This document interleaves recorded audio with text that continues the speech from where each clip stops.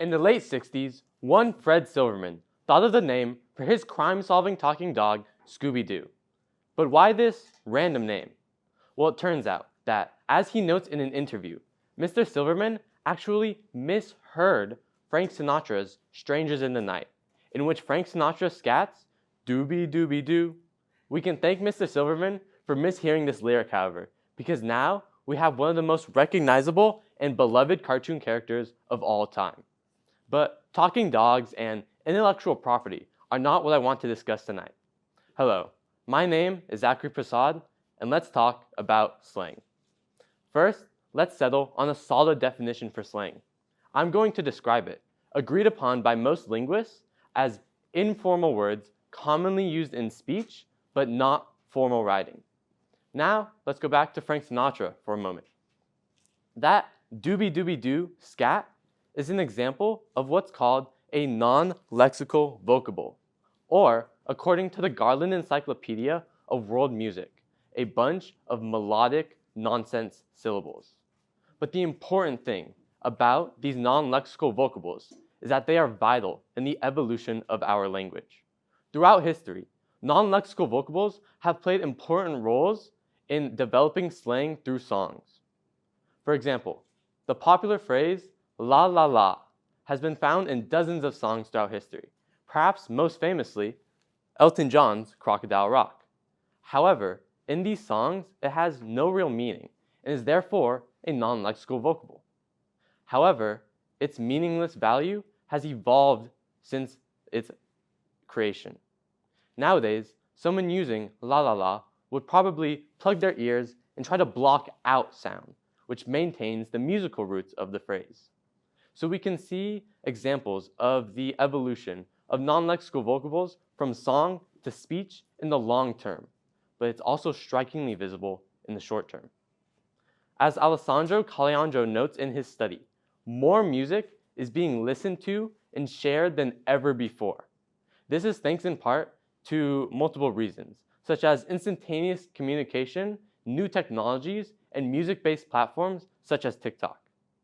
And it is for that reason that songs, particularly modern rap and hip-hop, are more likely to evolve into slang terms. For example, the onomatopoeic skirt is an example of a non-lexical vocable that's seen in various instances outside of those original songs. The next example I would like to share might be biased towards the younger generation, or maybe even their parents. That being the term, skibbity.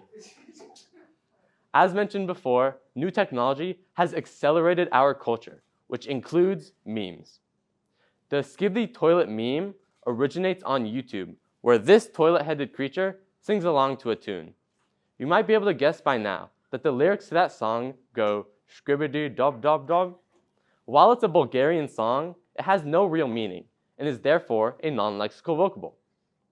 But with the virality and the countless adaptations of this meme, it's now been detached from the toilet noun, and skibbity by itself can be used as an intensive or a word that emphasizes meaning in a sentence.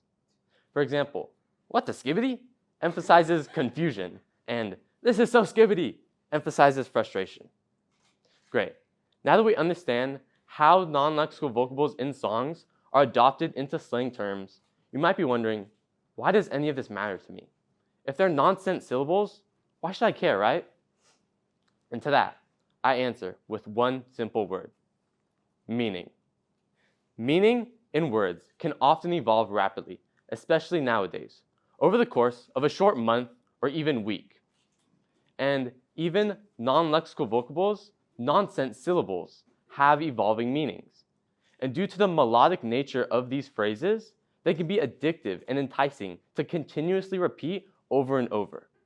But not everybody understands the evolved meanings of these phrases, which can sometimes lead to them and you being deemed as offensive or mocking. Take Blue Sweet's hit, Hooked on a Feeling.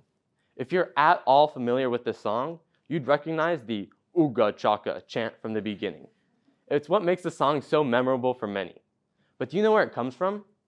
Chances are that you don't know that Blue Swede covered Hooked on a Feeling and added the Ooga Chaka chant in from another song, combining the two into one masterpiece. The issue, though, is that the song that contained the original Ooga Chaka chant has questionable, at best, racial intent towards Native Americans. So do I believe that Blue Swede was being intentionally racist towards Native Americans using the chant? No. Do I think that it's a really catchy hook and it's what made the song so popular? Yes. Am I singing it in my head right now as I speak? Also, yes. But do I think that you should go around yelling it to everyone you meet on the street? No.